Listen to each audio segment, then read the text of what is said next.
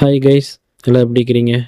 இன்றைக்கி நம்ம எதை பற்றி பார்க்க போகிறோம் அப்படின்னா, கஞ்சத்தனம் தவறில்லை அப்படிங்கிற கான்செப்டில் தான் நம்ம பார்க்க போகிறோம். ஏன்னா எல்லாருமே கஞ்சத்தனம் அப்படிங்கிறத வந்து ரொம்ப இதாக பேசுவாங்க. என்னடா அவன் கஞ்சனாக இருக்கிறானே அப்படின்லாம் சொல்லுவாங்க. ஆனால் அப்படி இல்லாமல் கஞ்சத்தனங்கிறது ஒவ்வொரு இடத்துல வந்து அது வந்து நம்மளை பாதுகாக்கிற ஒரு ஒரு ஆயுதமாக நம்ம எடுத்துக்கலாம். ஏன் அப்படின்னா, எந்தெந்த இடத்துல கஞ்சத்தனம் இருக்கணும் அப்படிங்கிறத வந்து நம்ம தெரியாமல் நிறைய பேர் தெரியாமல் இருப்பாங்க. அதை வந்து நம்ம எனக்கு தெரிஞ்ச இடத்துல எங்கெங்கே நம்ம வந்து கஞ்சத்தனம் இல்லாமல் இருக்கலாம் அப்படிங்கிறத வந்து நான் தெரிஞ்சுக்கிட்ட 2, 3 விஷயத்தில் நான் வந்து உங்கள்கிட்ட ஷேர் பண்ணிக்கலான்ட்டு இருக்கிறேன். ஸ்டேட்டஸ்க்காக செலவு பண்ணுறது என்ன அப்படின்னா, தேவையில்லாமல் பொருட்கள்லாம் வாங்கி வைக்கிறது. மற்றவங்க வீட்டிலலாம் இருக்குது, நாமளும் வாங்கி வைக்கலாம் அப்படின்ட்டுலாம் யோசிக்காமல் வாங்கி வைக்கிறது. ஏன்னா நமக்கு தேவைப்படுமா அப்படிலாம் யோசிக்காமல் அதை வாங்கி வைக்கிறது. அப்புறம் பிராண்டடான பொருட்கள், அதாவது ஃபோனு, காரு, பைக்ஸ் இந்த மாதிரிலாம் நம்ம வந்து வாங்கிறது. அடுத்து லோன் வாங்கியாவது நம்ம வந்து ஆசைப்பட்ட பொருளை நம்ம வாங்க தயாராக இருப்போம். அதெல்லாம் நம்ம அவாய்ட் பண்ணணும்.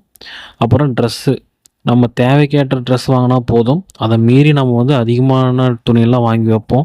மற்றவங்க முன்னாடி நம்ம கெத்தாக இருக்கணும், மற்றவங்க முன்னாடி நம்ம வந்து எப்படி சொல்கிறது, ஒரு ஸ்டேட்டஸ் காட்டணும் அப்படின்ட்டுக்காகலாம். இந்த விஷயத்தில் நம்ம கஞ்சத்தனம் இருந்து தான் ஆகணும்.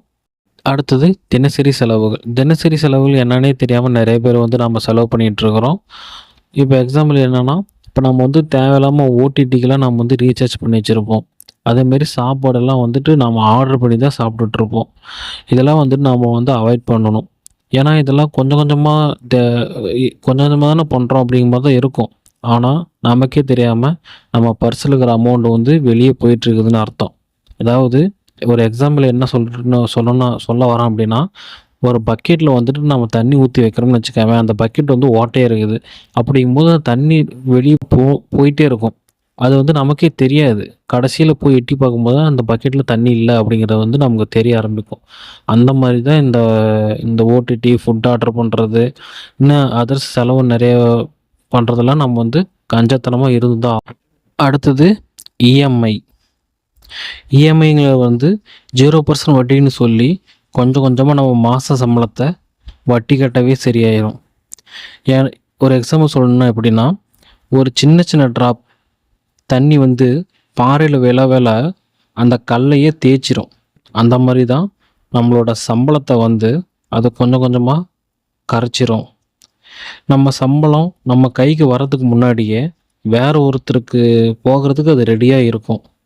முடிஞ்ச அளவுக்கு நீங்கள் இஎம்ஐயில் பொருள் வாங்குறீங்க அப்படின்னா, ஒரு 60% வந்து நீங்கள் பணத்தை வந்து ரெடி பண்ணி வச்சுட்டு, அதுக்கு மேலே நீங்கள் இஎம்ஐ வாங்குற அளவுக்கு நீங்கள் வந்து தயார் பண்ணிட்டீங்கன்னா, கொஞ்சம் ஓரளவுக்கு நம்ம வந்து கண்டிப்பாக கட்டுப்படுத்தலாம். இல்லை நம்மளால் போய் இந்த 0% இருக்குது நம்ம வாங்குறேன் அப்படின்ட்டு போய் வாங்கினீங்கன்னா, நம்ம வந்து நான் சொன்ன மாதிரி சம்பளத்தில் வந்து ரொம்ப அடி வாங்கும். இதில் நம்மள கஞ்சத்தனமாக இருந்து தான் ஆகணும் இந்த விஷயத்துலேயும். அடுத்தது முதலீட்டில் மட்டும் நம்ம கஞ்சத்தனமாகவே இருக்கக்கூடாது. ஏன்னா முதலீடுங்கிறது வந்து நம்ம ஃப்யூச்சருக்கு உண்டான ஒரு பாதை. அது வந்து நம்ம எதில் இன்வெஸ்ட் பண்ணலாம் அப்படின்னா, கோல்டில், பிபிஎஃப்பில், எஃப்டியில், அப்படி இல்லைன்னா எஸ்ஐபியில், இந்த மாதிரி விஷயத்தில் நம்ம வந்துட்டு முதலீடு வந்து நம்ம பண்ணணும்.